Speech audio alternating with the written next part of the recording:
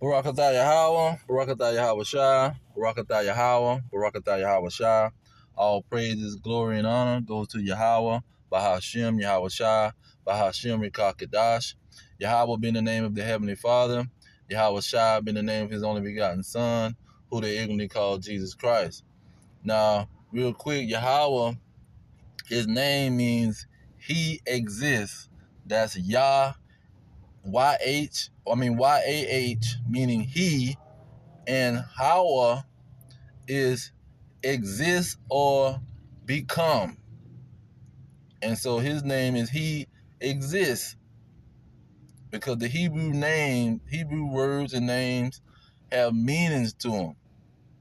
You see, same thing when Yahweh Shai means Yah, that's He, and Yahweh Shai meaning deliver or saves. This is how the Hebrew names is. Even the same thing with Judah or Yahweh, meaning Yahweh praise. That's how we know that his name is Yahweh, due to the certain names of the sons of Israel. Okay, and the prophecies is coming into existence. This is why Yahweh Shai is called the testimony of Yahweh Shai is the spirit of prophecy, because the Lord is going to bring into existence everything that He have said. See, He's not going to say something and it's not going to come into existence. It's not going to happen. He just was running. He was just saying stuff at the mouth, and none of this stuff is going to happen. He just was talking. Okay, this is what these Babylonians and these Egyptians, these modern day antichrists running around here, these what you call it, these pretty much antichrists.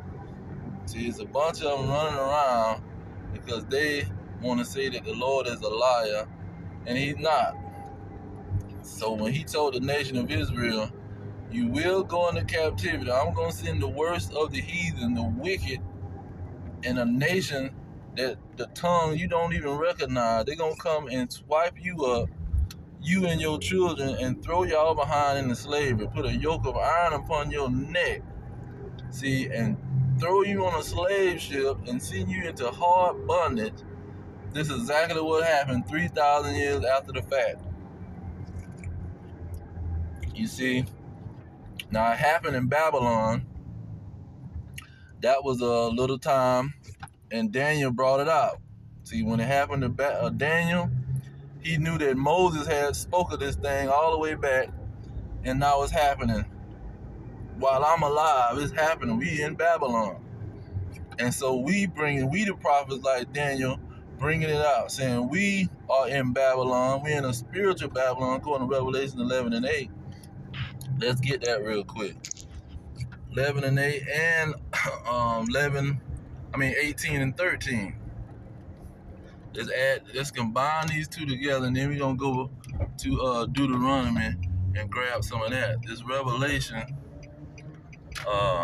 11 and 8. It says, and their dead bodies shall lie in the street of the great city, which spiritually is called Sodom and Egypt.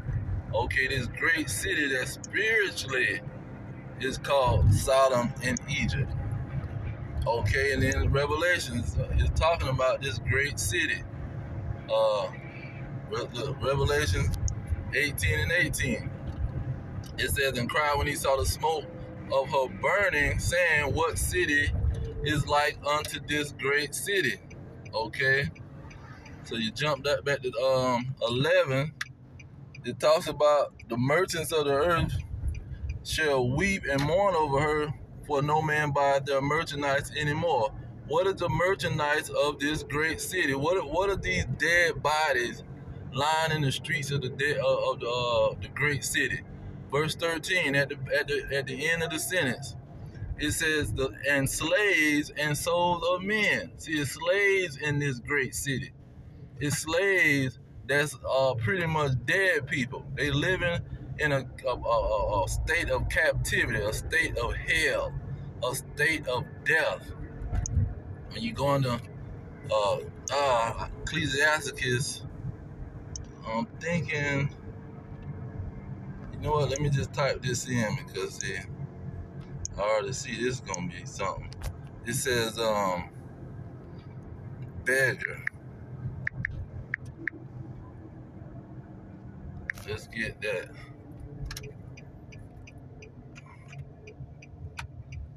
40 and 28. That's what I want. It says, my son, lead not a beggar's life, for better it is to die than to beg. Better it is to die than to beg. So these people that's in Babylon, the great city of Babylon, which is spiritually is Egypt, okay? These individuals is going to be in a dead state because they begging for everything they got to get. Let's get another one going with that dead. Let's see. Congregation. Salakia.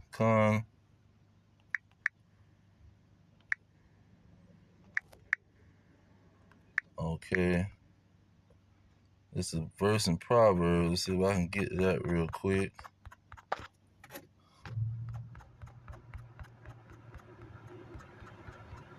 Proverbs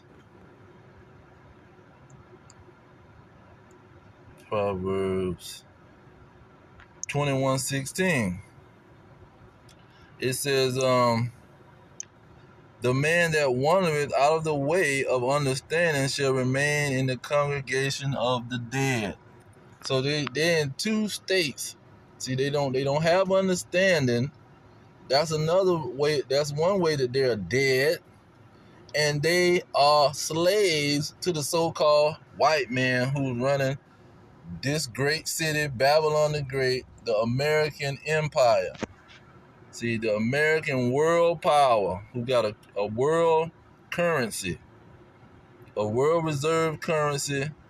That's everybody in the world having these American dollars and trading their goods. This is what Revelation 18:4 is about. All the kings, all the nations of the earth, and the kings gonna be getting rich with Babylon the Great. Now we go to Deuteronomy. What did he tell the Israelites? What is it? 49 and 50. He said, the Lord shall bring a nation against you from far, from the end of the earth, as swift as the eagle flies, a nation whose tongue you should not understand, a nation of fierce continents.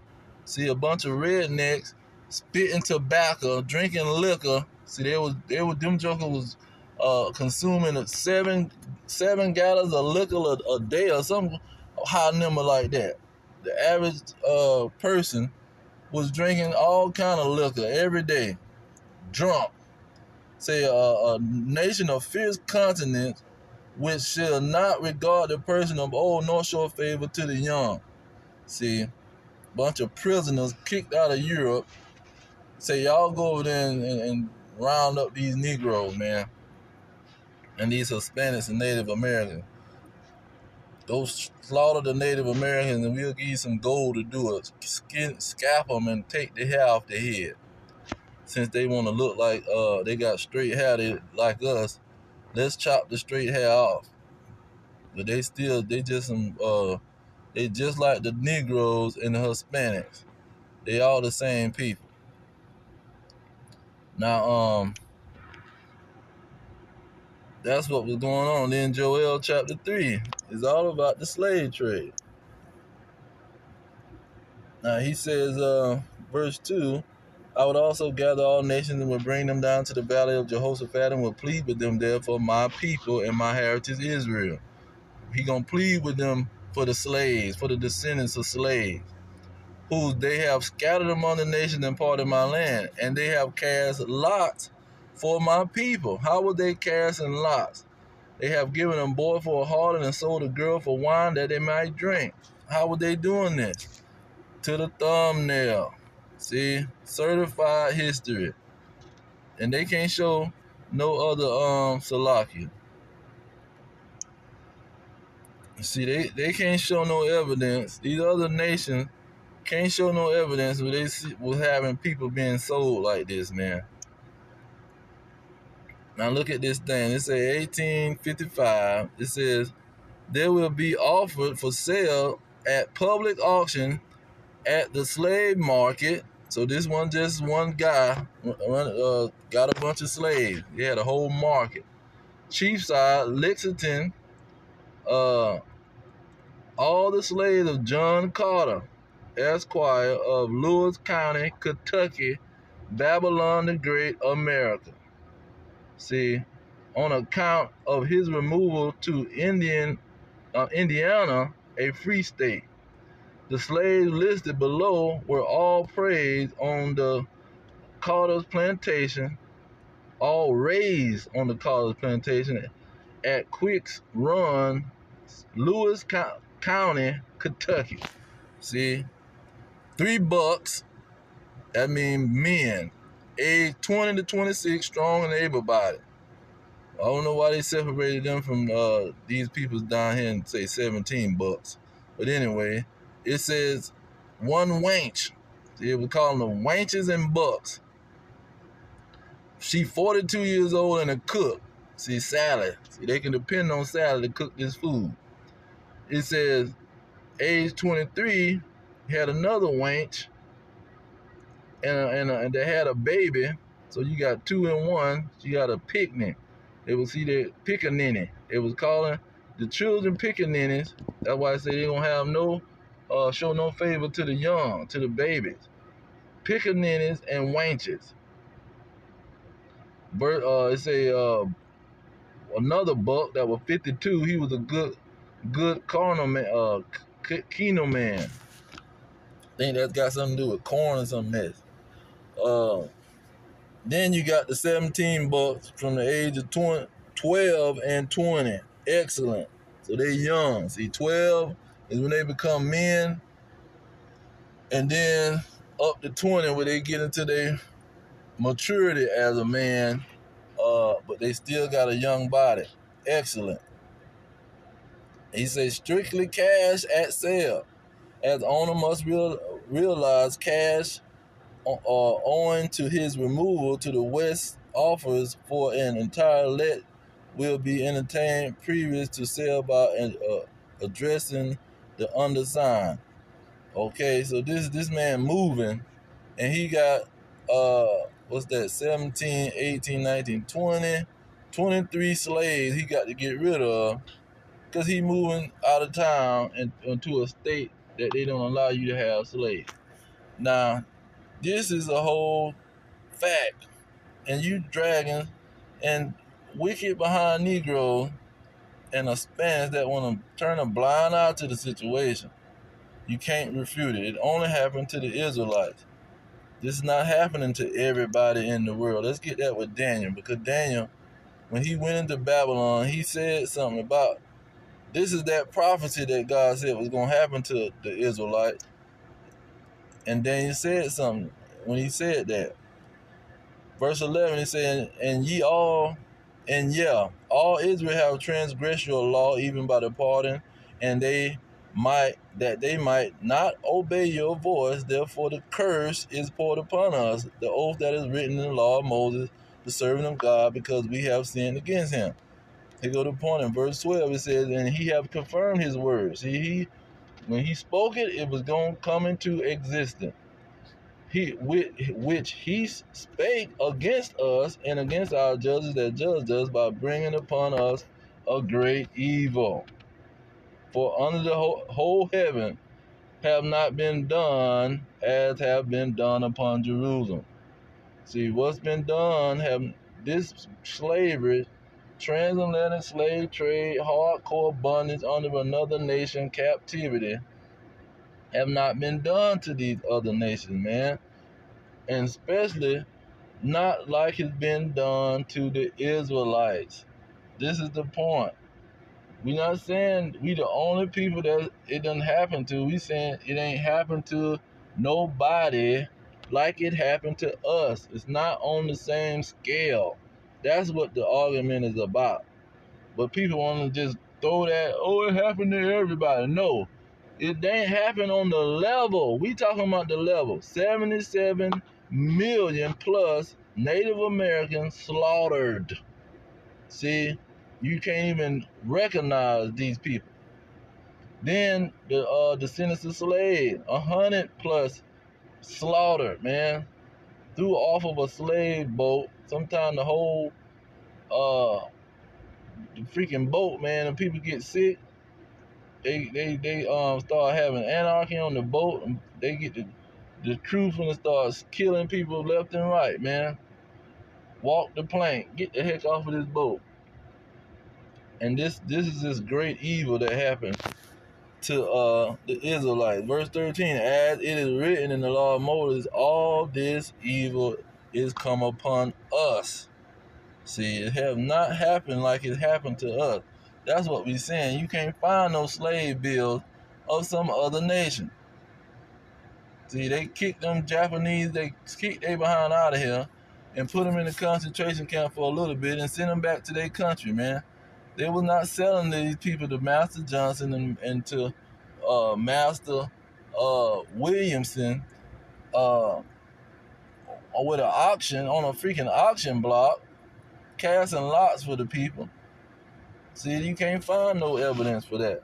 For no other nation. They weren't selling East Indians like that, the Arab like that. They weren't selling nobody because they nation would come looking for you, man. If you doing them any kind of way, just like the so-called white man will fly all the way to Vietnam and kick your behind for a POW. See, they not finna have no prisoners of war and let these people do them any kind of way. They finna go on a massive war campaign. Only the Israelites, military, and peoples was scattered out. So they're not finna go on a military campaign to save the POWs because all of them are POWs. All of them are scattered and hating on each other due to the curses in Deuteronomy 28 and 54. They got an evil out to their own brother. They not finna unite and fight no darn body. So that's only happening to the Israelites. And this is what we bringing out, and they want to talk about everything in the world but the facts. See, but what's really going on. But I'm going to leave it there. Just wanted to bring that out. All praise to Yahweh, Ba'ashem Yahweh Shai, Ba'ashem Kakadash, double honor to the elders pushing the truth. Peace to the elect worldwide. Our kingdom is at hand. Shalom.